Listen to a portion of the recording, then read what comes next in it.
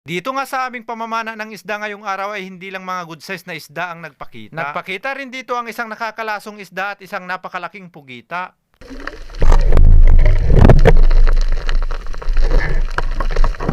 Napakalinaw nga na naman pala ng tubig ng dagat ngayong araw, sa sobrang linaw nga ay halos nagkukulay asul. Ganito nga ang kagandahang tiyempo sa pamamana ng isda dahil hindi masyadong pahirapan sa paghahanap ng isda. At dito nga mga kabulay, nakakita na nga rin ako dito ng isdang mulmul, kaya naman agad na nga rin ako ditong napasisid para panain yung isda. Buong akala ko nga agad na nga rin ako ditong makabuhay na mano ng isdang mulmul taraktak, pero pagkapana ko nga dito ay sablay, por Diyos.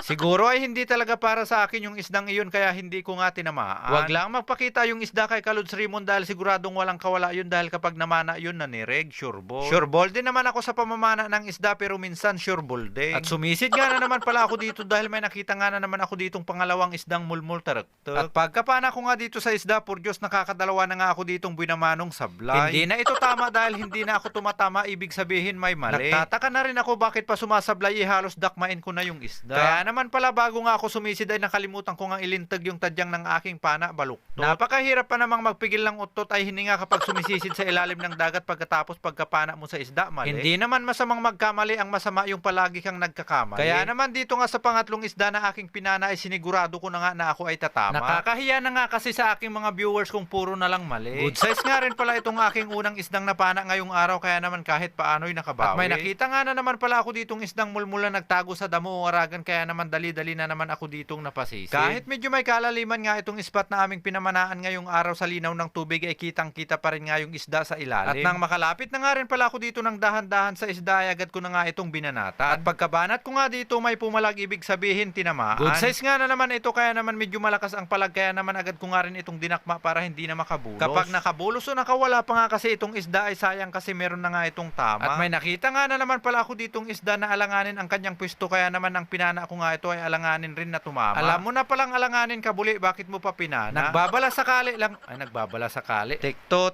Nagbabaka sakali lang po, baka sakaling tumama, pero yun hindi tumama. At may pinana nga na naman pala ako ditong isdang mulmul at yun tumama, pasok, boy dakma. Kahit sabihin nyo ng boy dakma, kailangan ko talagang dakmain ito dahil yung gamit kong pana ay lukop, walang sima. At habang tuloy nga lang ako dito sa paghahanap ng isdang panain ay nakakita nga ako dito ng isdang hindi panain. Hindi nga kami namamana unang huhuli ng ganitong klaseng isda dahil nagtataglay nga ito ng lason. At ang tawag nga pala namin sa isdang ito ay butillog fish dahil para nga itong isang napakalaking butillog. Biro lang po, ang tawag talaga namin sa isdang ito ay butete. Parang gusto kong mag-extra nitong isdang butete sa video, kaya naman sinundan ko nga ito ng video. Dalawang isdang butete nga rin pala dito itong aking nakita na parehas pa nga silang maabang, parang malnares. Medyo magkalayo nga pala ang distansya namin ni Kalods Raymond kapag namamana ng isda, kaya naman hindi ko nga siya nakukuhanan dito ng video. Senyas-senyas na lang kapag nakakita ng spot na maraming isda. At sa part na ito nga mga kabulay, dito ko na nga nakita yung malaking pugita. Mabuti na nga lang talaga wala kang butas na pwedeng pasukan itong malaking pugita, kaya naman madali ko nga lang itong nakuha. At habang kinukuha ko nga dito itong malaking pugita ay hindi muna ako magsasalita para marinig nyo ang aktual na tunog habang kinukuha ko nga itong malaking pugita.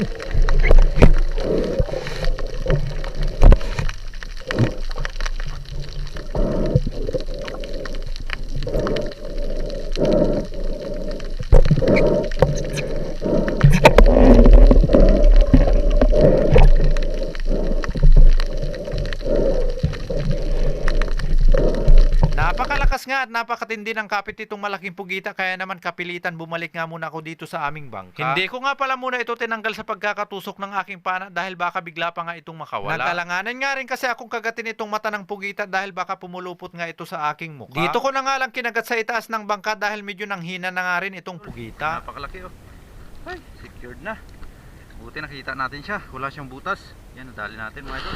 At nang ma-secured ko na nga dito itong malaking pugita, nagpatuloy na nga muli ako dito sa pamamana ng isda. At panibagong sisid nga na naman ako dito dahil nakakita nga na naman ako dito ng isdang mulmultar. At pagkapana ko nga dito nalaltag, kaya naman agad ko nga rin itong dinakma. Paumanhin nga po pala mga kabuli kung medyo late ko na nga na-upload itong video. Panay na nga kasi ang pag-uulan dito sa amin, hindi ako tuloy-tuloy maka-voice over. Sobrang ingay kasi kapag umuulan, manalkanalkang yung aming ngiro. At may nakita nga na naman pala ako ditong isda, at pagkapana ko nga dito ay abas. Sayang na naman tuloy yung abas tong pang-ulam. Bahagya nga ako ditong napatigil sa paghahanap ng mga isdang panain dahil nakakita nga ako dito ng maraming maliliit na isda. Kinuhanan ko na nga pala muna dito sila ng video dahil napakaganda nga nilang pagmasdan para makita nyo rin sila ng malapitan. Ito nga yung mga hitong dagat na kapag lumaki ay napakasarap ng gataan. Hindi lang ito masarap pang ulam, masarap din itong pangpulutan. Ang lalo sa wanin tumarana manay nipnip matkap manay mataway nin pulutan. Maraming salamat nga ulit mga kabuli dahil sinubaybayan nyo nga na naman itong aking fishing adventure hanggang dito sa dulo. At sana naman mga kabuli kung nagustuhan nyo nga na naman itong aking video, sana naman huwag nyong kalimutang i-like at i-share. Maraming salamat po. Namin mga idol. Ayun oh. Wait na rin pang ulam mga idol. Mas marami pa ang sablay. Mas marami pang sablay mga idol sa ano. Yan yung nahuli natin oh. For Diyos. Ang laki mga idol. Tulis. Tapos may napana pa tayo ilang pirasong mulmol. Yan oh. No, may higit 1 kilo yung mulmol. Yan yung pugita natin. Ayos. Malaki pa sa bata. Sulit din mga idol oh. Oh. Swerte.